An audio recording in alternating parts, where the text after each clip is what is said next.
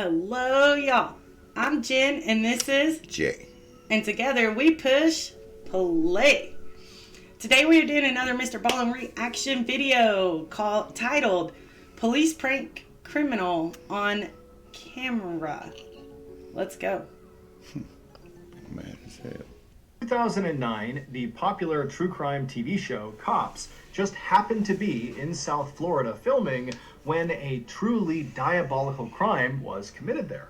And so cops captured this crime on camera. But someone in their footage was hiding something. And when you know what that something was, it becomes very obvious when you watch. But before we get into today's story, if you're a fan of the strange, dark, and mysterious delivered in story format, then you've come to the right place because that's all we do, and we upload once or twice every week. So if that's of interest to you, please ask the like button if you can borrow their car for the week, and then when they say yes, spend that week driving around picking up as much roadkill as possible and packing it into their trunk. Picking up as much roadkill as you possibly can and pack it into their back seat in their trunk and then return the car. Also, please subscribe to our channel and turn on all notifications so you don't miss any of our weekly uploads. All right, let's get into today's story.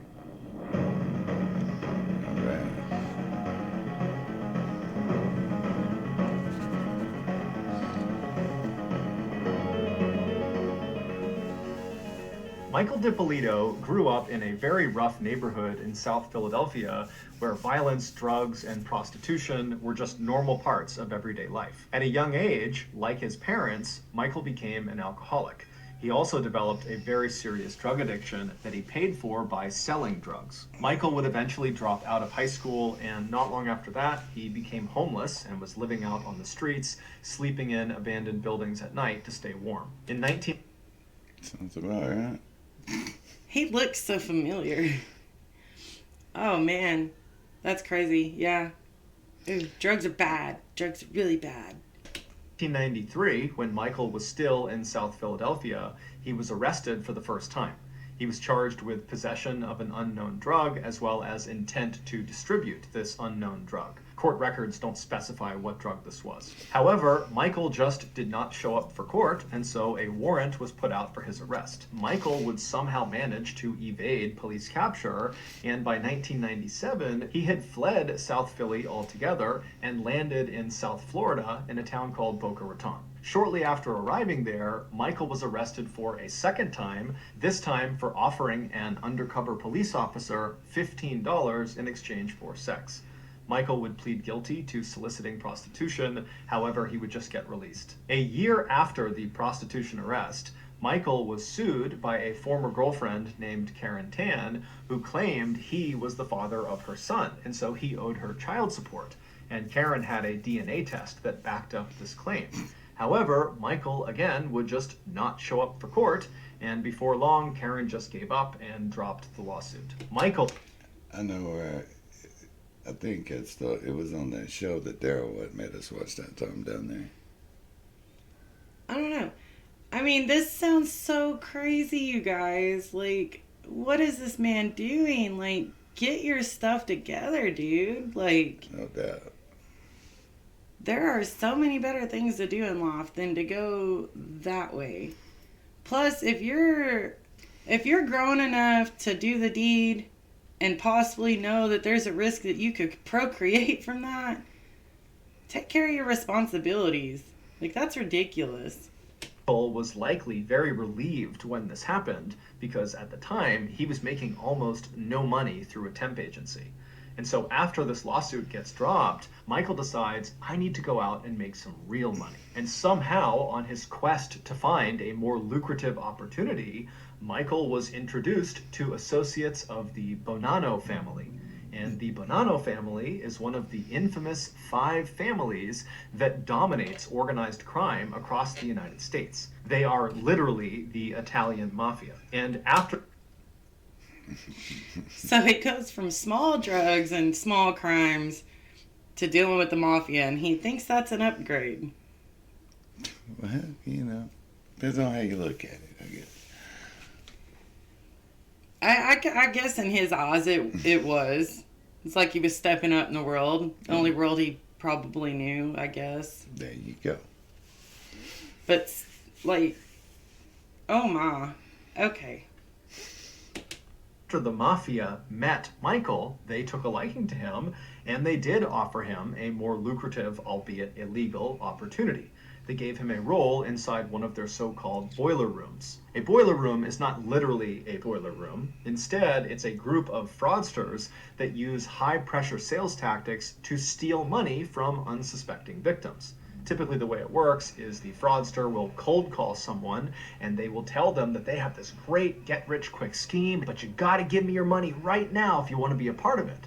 And so when the victim says, okay, that sounds great, and they wire the money along, the fraudster just steals their money. Michael, who was very charismatic and a natural salesman, got really good at tricking people into giving him their money. And so eventually, Michael realized he could make a lot more money if he started his own boiler room, where his commission could be much higher on the money he stole.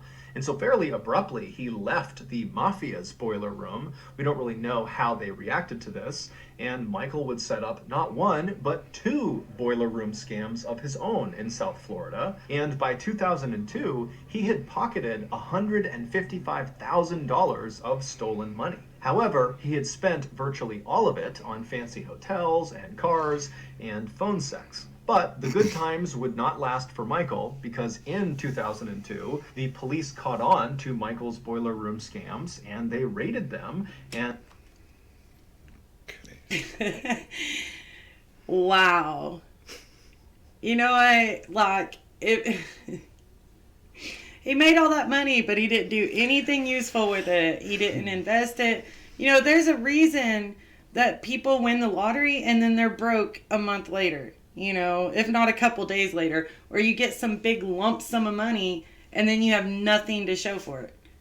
It's because your habits. It's because you don't learn new skills and what to do with that money that you end up like that. So it's not surprising that he had nothing to show for the money he stole, which is crazy.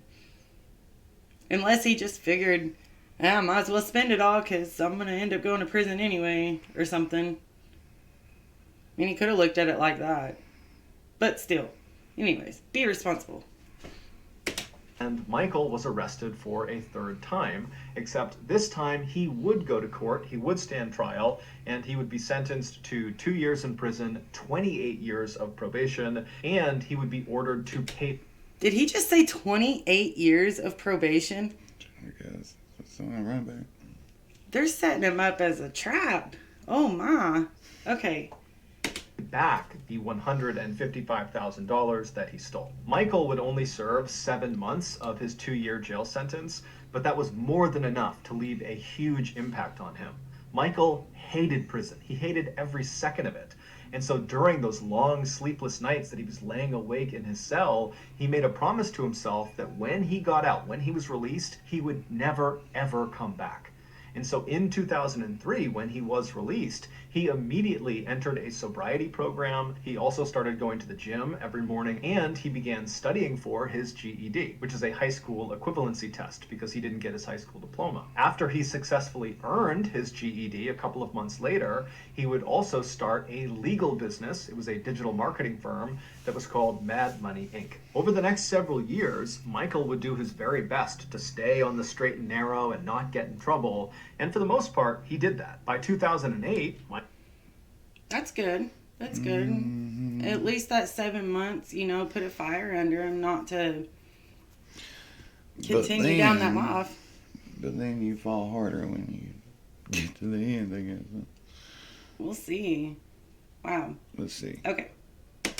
Michael was still sober despite a few setbacks, and he was still very focused on his physical fitness and his health, and his business, Mad Money, was doing quite well, earning him nearly $100,000 a year. But his love life had become a bit messy. Michael had gotten married back in 2007 to his You can't have it all, y'all. I guess. I don't know. Life was going great for him, but his relationship side was crappy. Terrible. Okay. Sorry, I just thought that was funny. Time girlfriend named Maria Luongo, who had stood by him when he went to jail. But that year, in 2008, when Michael was 38 years old, he cheated on Maria with a 26-year-old real estate agent named Dahlia Mohammed, who he met at a Starbucks. And instead of their affair being a quick fling, as they likely both intended it to be, Michael and Dahlia quickly fell in love. And when that happened, Michael went to his wife Maria and he told her, and then he divorced her. Just 3 days after the divorce finalized, Michael and Dahlia went to the courthouse and they got married. The newlyweds would move into a brand new condo that Michael had purchased for them in Boynton Beach, which is a beautiful town in South Florida. And for a time, their life was perfect. They knew it was a little outrageous the way they had met each other and how quickly they had fallen for each other, but they didn't care. They got along great and they were excited about the future. But their perfect life would not last long. On the evening of March 12th, 2009, so only about a month after they had gotten married, Michael and Dahlia were at home in their condo when they heard a knock on the front door. And so Michael went to the door, he opened it up, and much to his surprise, standing on the other side was his probation officer, and behind him was a whole bunch of police officers. And before Michael could even ask what was going on, the probation officer told Michael that they had received an anonymous call tipping them off that Michael was selling steroids and ecstasy pills and other drugs out of his condo. Michael would tell the probation officer that there was no way that was true. He is not selling any drugs, he's sober, he's not doing that. And so eventually Michael just stepped aside and said, please come in, search my condo, I have nothing to hide. And so sure enough, the police, they would go into his condo, they would search it, but they wouldn't find anything, and they would leave. And so after the police had gone, Michael and Dahlia found themselves just standing in their condo, completely dumbfounded. But instead of trying to get to the bottom of it right then and there about who had called and why, they just decided it was best for them to just leave their condo for the night and go stay at a nice hotel. So they packed up some bags, they left their condo, which was a total mess from the police search, and they went to the hotel and they had a nice night together. The next morning, when they got up and headed down to the parking lot, they saw up ahead, standing around Michael's car, was Michael's probation officer as well as several other police officers. And so Michael and Dahlia are looking at each other like, what is this, again? And so they hustle on over to Michael's car, and before they can even plead their innocence to Michael's probation officer, he stops Michael and just says, look, we got another anonymous call, this time telling us that you are selling drugs out of your vehicle, and so we need to search it. And so Michael is just totally... Oh my gosh, can this guy not get a break? I mean, he was No on the shit. straight and narrow, apparently. They gonna drive him back to doing it. Shit. Oh my. Okay. beside himself, but he says, look, go ahead, search it. There's nothing in the car. And so sure enough, the police would open up his car, they'd rip it apart, but again, they wouldn't find anything. Over the next couple of weeks, the only thing Michael and Dahlia ever wanted to talk about was what the heck was going on. Who is placing these anonymous calls claiming that Michael was selling drugs out of the condo and out of the car? It just didn't add up.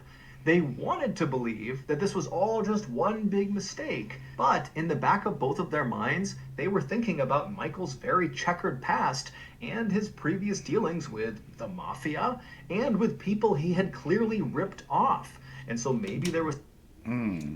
It is hard to get away from your past, you know, but you gotta own your past. Like, that's the biggest thing. You have to own it. You know, no, not one person walking this earth right now is perfect. Everyone has something in their past that haunts them, or at least that they know of, and it, you just have to own it. You know, once you own your past, it can't own you no more. Mic drop. Bam. Anyways. was someone in his past that was looking to get back at Michael and maybe get him arrested and sent back to jail. Fast forward to March 29th, so 17 days after that first raid on their condo, and that night, Michael and Dahlia had been eating dinner at a restaurant, and when they left and headed out to the parking lot, once again, standing around Michael's car, were several police officers clearly waiting for him to return. I'd go ahead and and give so him a without key. even needing... What do you? I just give him a key. Look, y'all just come in whenever. Yeah, just, you know, you can have a key to my apartment, my car, my place of work. There you go. You can just, I'll wear a webcam for you 24/7, like whatever it's going to take that you need. Leave me the hell alone. Just please. All right. To ask why they were there. Michael and Dahlia, they go over to them and they just start pleading with them to understand that this is a setup. We do not have drugs in this car. We don't know what's going on here. Please, you got to understand that someone's doing this to us. But this time, when they searched his car, they would find something. What they find? Before we go any further, I want to tell you about today's sponsor, Experian. Back when I was just a young buck in college, I was broke. And so naturally, I took out a credit card with a $5,000 limit and immediately maxed it out on buffalo chicken calzones and beer. Now, as soon as my card got declined, I didn't pay it off. Instead, I just took the card, tucked it back into my wallet, and forgot about it. But the bank did not forget about my $5,000 debt, and my failure to pay it back wrecked my FICO score. A FICO score is a type of credit score. Over the last 10 years, I've been able to rebuild my credit score, but it has been a slow and painful process. And so my suggestion to you is to avoid the unpaid beer and calzone credit trap and just closely monitor your credit score. And with Experian, you can do that for free. In addition to closely monitoring your credit score, they will also send you alerts anytime your credit changes. Experian also offers a dark web scan. If you've ever been the victim of a data breach, and you may not know if you have or not, your information potentially could live in the dark web, and that's a place where criminals could use it to commit fraud, and if that happens, it'll wreck your credit along with a bunch of other horrible things, unless you catch it and report it. And on that, if you do find inaccuracies on your credit report, you can easily submit disputes and track those disputes on Experian's online dispute center. It is time to take charge of your credit. Get Experian credit monitoring, alerts, your FICO score, and that dark web scan all for free. Just go to Experian.com/Mr Ballen. Again, that's EXPERIAN.com/Mr Ballen. Okay, back to the story. Yeah, what he said. Yeah. And I can relate as far as... Credit? I mean, I never had a credit card until nowadays. A little more responsible with money, but back when I was young in the Marine Corps, I was 17 when I joined, and I had no clue about money. And a little known secret about me, you guys, I used to think bank accounts were for rich people. If that lets you know how naive I was when it came to money. My very first check, like I got in the Marine Corps, I thought it was like those blank checks in the movies, like you could just write it out for whatever amount you wanted to. Not that you had to have that amount in your checking account, but that you could just, they were like blank checks you saw in movies. And just that you use them to pay for stuff. And I was so naive when it come to money. Like, I had not one clue. So I can totally relate to Mr. Ballen on the just spending money on pizza. And, I mean, ours was cars and clothes and, you name it. I was being stupid with money when I was younger. Getting a little better about it now, But, yeah. Wow. Okay. Back to the video.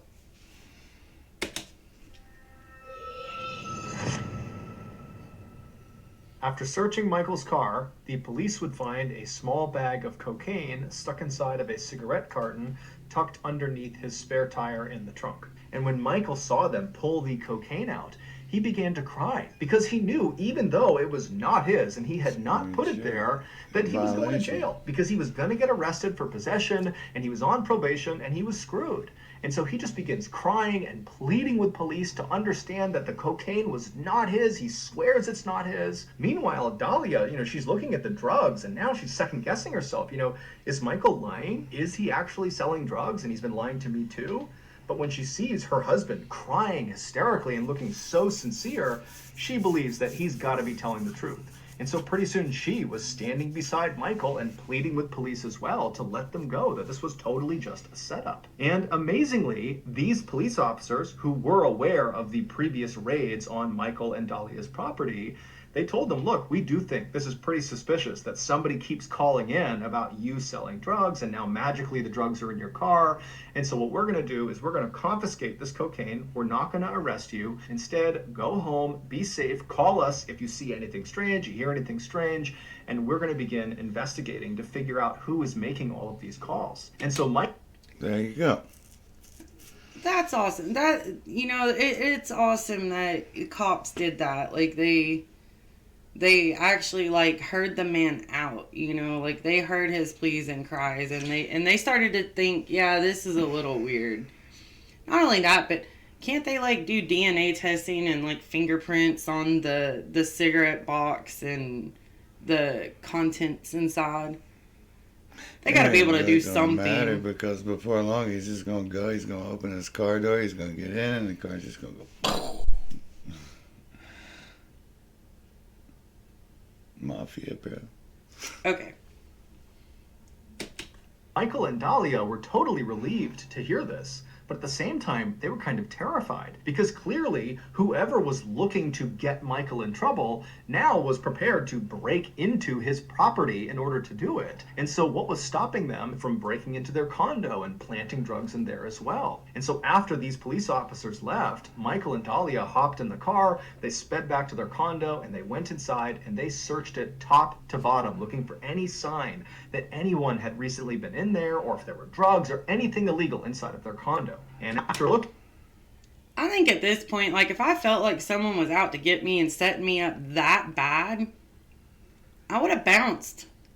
It's time to move somewhere else. It's time to, if I felt like someone was trying that hard, or I would do something to try to catch them on camera, security cameras, surveillance, something, because, yeah, like, if you don't have your safety in that, what is it, Marlowe's pyramid of, somebody help me out here down in the comments, you know what I'm talking about. You got your, like, safety and your food, your shelter, whatever. Oh my gosh, like, safety is a big one. So if you don't feel safe, like, in your own house, that's scary. Like, you're not going to be mentally well at that point. Okay. Anyways. looking and finding nothing, they just locked their doors, shut their windows, shut the blinds, and just prayed that the police would be able to quickly identify who was doing this to them and make them stop. But over the next few months, the police would not figure out who this anonymous caller was, because the caller stopped calling. And so for a little while, Michael and Dahlia were convinced that the whole ordeal was over and done with, and they basically returned to their normal lives. But on August 5th, 2009, roughly 4 months after the cocaine was found in Michael's car... Wait a minute. Oh my It's God. gonna be the ex with the baby, ain't it? It's gonna be the ex with the baby, if not the mafia. If we can get to the end of it, we'll see. Sorry, I just random thought. I had to put it out there. Okay, I love you. The anonymous caller would come back with a vengeance. On that morning at around 5:45 a.m., Dahlia left the condo, leaving Michael in bed, and she headed out to the local gym to get a workout in. Around 6:30 in the morning, she stepped off the treadmill and she looked at her phone and she saw she had a missed call from a number she didn't recognize, and this number had left her a voicemail. And so she calls her voicemail, she puts it to her ear, and as she's listening, her heart starts to race because it was a Boynton Beach detective telling her there had been some sort of incident at her condo and she needed to come back right away. Terrified, Dahlia grabbed her things and she ran out of the gym, she got in her car, and she called this number back. And when the detective picked up, she tried to get more information from him about what this incident was, what happened. And the detective would only say that it involved her husband, and he would explain everything when she came back. And so in a total state of shock, Dahlia turned on her car and she sped out of the parking lot and she headed back towards her condo. And when she turned onto her street and saw her condo, she hit the brakes and just stared. In front of her condo were all these police cars with their lights on, and police officers were walking around, and yellow crime scene tape was lining the outside of her property.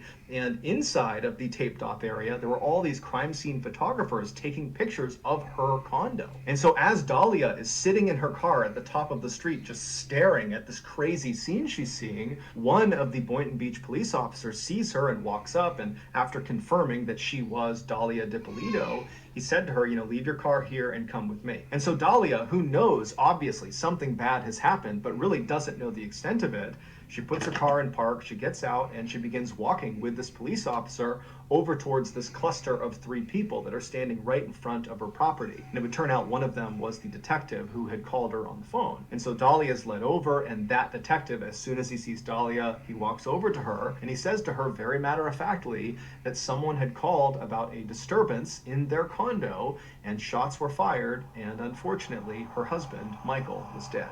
Dahlia, who was totally hysterical, was gently led away from her condo into a nearby police car, and they would drive her to the police station, where they would sit her down and begin asking her questions about her husband. And they would... Wow.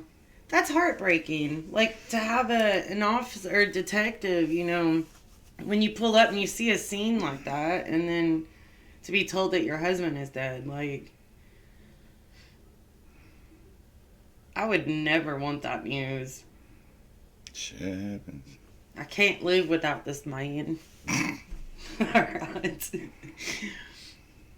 would say to her, look, I know you just found this out, but we gotta figure out what could have happened because a killer is on the loose. We need to find this person and stop them. And so at first, the conversation was really just Dahlia crying and the detective kind of calming her down. But eventually, she would tell the detective about the anonymous caller who kept calling the police and claiming Michael was selling drugs, and how she and Michael suspected that, probably the anonymous caller was connected to someone from his past, maybe someone from the mafia, or maybe one of the victims of his boiler room scam, or it could be any number of other people that Michael had done wrong in the past. And so the detective, he's taking diligent notes and he's listening to Dahlia.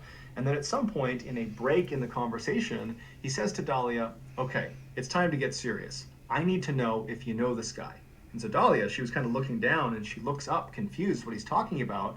And then the door opens and this huge guy in handcuffs walks into the room. Come here. Bring this guy in here. Get over here. Get over here. You know who this guy is? No, You've never seen him before. I've never seen him before. Ever. Do you know her? Put your head up and look at her. Put your head up. I've never seen him. What were you doing coming out of her house? Get him out of here. It would turn out Dahlia was lying. She did know who that guy was. Almost immediately after marrying Michael 6 months earlier, she had stolen $200,000 from him, but apparently that wasn't enough for her. She needed the rest of Michael's money as well as his condo. And so she had been the anonymous caller. She was the one calling the police and tipping them off that Michael was selling drugs out of the condo and out of his car. She was the one who planted the cocaine in the back of his car because she wanted him to get arrested because he was on probation and he would go back to jail for a really long time. But when her efforts failed and Michael did not get arrested and so did not go back to jail, Dahlia moved on to plan B. She reached out to one of her ex-boyfriends and she asked him, hey, do you know any hitmen that could murder my husband? And the ex-boyfriend at first... That is sick. That is sick. Mm-hmm. Wow.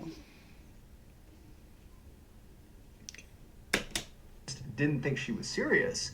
But when she kept asking him about it and began offering to pay and really was making it clear that she wasn't joking around, the ex-boyfriend basically told her, no, I don't know any hitmen. And then he, the ex-boyfriend, called the Boynton Beach Police Department and told them about Dahlia and her plan to hire a hitman to kill Michael. And so when the Boynton Beach Police Department found out about this plot, they immediately had one of their undercover agents pose as a hitman and set up a meeting with Dahlia. And so the justice is served. tell me they faked dude's death. Like, Trapped her. There you go. That's what it's all about. oh man, there you go. There's the that's prank. awesome. Yeah, that ex-boyfriend was like, "Look, you crazy bitch." Blah blah blah. What's that song? I forget. But yeah. Oh my gosh. The undercover agent was that huge guy in handcuffs that was led into the room with Dahlia. And so Dahlia goes to meet the undercover agent, the fake hitman. She gets into his car, and there's a hidden camera in the back seat that's filming her the whole time. And she's caught on camera saying she wants to kill her husband. She gives money to the undercover agent. And then as she's about to get out, the agent turns to her and he says, "Are you sure you want to do this? Because as soon as you leave, it's done. I am going to kill Michael, and you can't stop it." This is Dahlia's reaction. There's no changing, no, there's no, like, I'm determined already. I'm positive, like, 5,000% sure, like, no, when I say I'm going to do something, I'm going to do it. Like, as soon as you told me, listen, I need the money from you, I went, I grabbed it right away, like, we were good to go. Like, with me, you're not going to have a problem, you're not going to have an issue. And so the Boynton Beach Police Department, they have all this information about what Dahlia thinks is going to happen, and they decide they can use this information to set her up in the most elaborate way possible. And it just so happened the very popular true crime TV show, Cops, was filming in the area. And so the Boynton Beach Police Department allowed Cops to be a part of this elaborate setup. So they got to film everything that happened. So, on the morning of August 5th, Dahlia got up and left her condo at 5:45 a.m. and headed to the gym, knowing, at least in her mind, that the hitman would be coming to her condo right after her, breaking in and shooting her husband twice in the head, because that was the plan they had come up with that was captured on film. And so after the police see her leave at 5:45 a.m., because they were monitoring the condo, they rushed in, they knocked on the door, and they got Michael to come downstairs. And he had no idea his wife was trying to kill him. So he comes to the door, he's totally confused, but he goes with them, and he's kind of ushered off to the police station. And then for about the next hour, the police set up a very convincing fake crime scene right out front of the condo. And then once it was all set up, that detective called Dahlia and left her a voicemail saying that, there's been this incident, you need to come back to your condo. And then a couple of minutes later, when Dahlia called them back and said, "Okay, I'm coming back to the condo now," that's when the TV crews for the Cops TV show, they kind of set up in the bushes and got ready to film what happened next. Listen, we had a report of a disturbance at your house, and there were shots fired. Is your husband Michael? Okay, I'm sorry to tell you, ma'am, he's been killed. He's been killed, ma'am. I'm sorry. Listen, No. try to calm down. Listen, right now, we need to get you to the station. We need to get you to a police station. I can't let you stand, man. We have to do our job. After the fake hitman was pulled out of the interrogation room after Dahlia had said, "Oh, I don't know who he is," Normally, getting that news your husband has been killed, like, I wouldn't be laughing, but just knowing that she's faking that. I mean, she was trying to do a good job. She did the shaky hand thing, and she, but just like, that's awesome. Like, I'm excited about this. That's awesome. Okay. It is pretty cool. Okay, I hopefully there's some more of this. Okay, let's go. The detective just stared at her in total silence for a minute. And then he broke the news that he totally knew all about her murder plot and that she was going to jail.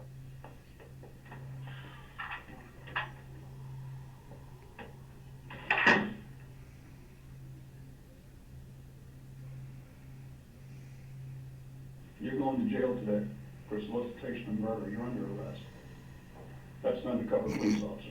Got her. Everything has been recorded. You were photographed in the convertible when you sat in his car in the front of CVS. What do you want to do? What do you want to do here? I didn't Dahlia? do anything. Listen to I me. didn't do anything. You're going I to didn't jail. do anything, please. I didn't do anything. Tell me you didn't do anything. I didn't do anything. You're going to jail today. As soon as I'm done, they're going to come in here and handcuff you and take you to the Palm Beach County Jail, book you for solicitation of first-degree murder on your husband. Your husband is well and alive. Thank God. Oh, yeah, thank God. Please, can I see him? No, he doesn't want to see you. I so want to just see him. He doesn't want to see you. Please. After Dahlia was arrested, I don't blame the man. Holy cow, to think that somebody loves you this much and that they're beside you like that, and then for them to have a plot to have you killed. Oh, that'd be so. Oh my gosh. Like, this is blowing my mind, you guys. Like, this is awesome, and I'm glad they caught this woman. Like, that is the dirtiest thing, like, one of the dirtiest things you could do to somebody. Yeah, no shit. Especially this little prank they pulled on her, though. That was, like, can you believe they actually did that? That's awesome. No, I'm glad. It needs to be done more often. I mean, like, golly. She probably would have been better off just killing him her damn self. No, he would have been dead. Well,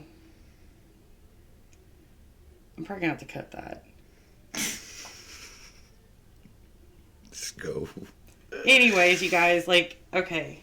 I don't know. I blurt things out probably, you know, but, like, she got what she was coming to her, you know? It's good that they got her like that. Yeah. And if her man really did clean up his life and he's on the straight and narrow, congratulations, man. You deserve it. Oh, yeah. That's not an easy feat to do. So, yeah, wow, okay. Yeah, I'm like, my brain is like scrambled right now. Now you need to hit the button. I am, okay. arrested, she was still sitting in that interrogation room when the Boynton Beach Police Department made a special point of walking Dahlia's husband, Michael, past the open door so she could see him. Here's her reaction. Oh my God. What? Come here, please. Come here. Mike, come here. Come here, please. Come here. Why not? I didn't do anything to you. Mike, come here, please. Come here. He said, I heard you. So they played the video for him. Dahlia was initially sent. Got it. Most definitely got her. Wow. Yeah, it's like when those like helpless girls and a guy's like, look, I'm moving on, I'm done with you, and then they want to beg and plead and cry. Well, even guys do it too. Like, yeah, guys do it too. They'll cry and beg and plead, and like she knows she effed up, and she's probably spending the rest of her life in prison. And yeah, like that was her real tears and crying and freaking out. Oh man, that is crazy. He don't even have to press charges. No, the state's doing it for her. For him. He can't help her at this point. They just saved him from a psycho is what they did. My Lord. Okay. Sentenced to 20 years in prison for what she had done, but after a retrial because of jury bias, her sentence was reduced to 16 years. So that's going to do it. If you got something out of today's episode and you haven't done this already, please ask the like button if you can borrow their car for the week, and then spend that week driving around picking up as much roadkill as you possibly can and packing it into their trunk and into their back seat, and then return their car. Also, please... Like what he said. All right, you guys. If you want to see some more of our reactions to videos like this, you know, hey, give us that thumbs up. Comment down below. Let us know you're liking our materials. Do you have any final thoughts to this video? Got her. Yeah. I love this video. Thank you, Mr. Ballen, for sharing this. This is awesome. Okay. But anyways, you guys, until next time, bye.